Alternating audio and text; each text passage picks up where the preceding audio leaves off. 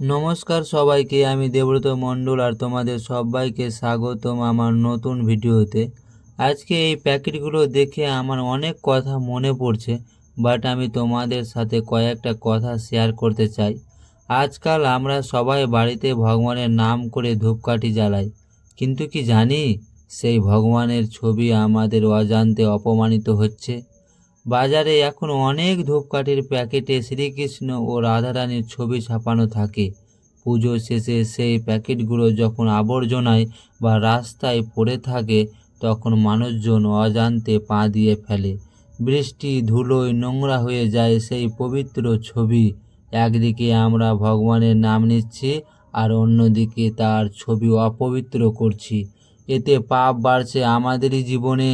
তাই এবার আমাদের সবাইকে সচেতন হতে হবে। নির্মাতাদের কাছে অনুরোধ, ধূপকাঠির প্যাকেটে যেন ভগবানের ছবি না ছাপানো হয়। ভক্তির স্থান সর্বদা শ্রদ্ধার মধ্যে থাকুক, পায়ের নিচে নয়। এই ভিডিওর মাধ্যমে আমরা সবাইকে জানাতে চাই, ভক্তি মানে শুধু পুজো নয়, ভগবানের প্রতি শ্রদ্ধা ও সচেতনতা। সবাইকে অনুরোধ, ভিডিওটি শেয়ার করুন যাতে এই বার্তা প্রতিটি মানুষের কাছে পৌঁছায়।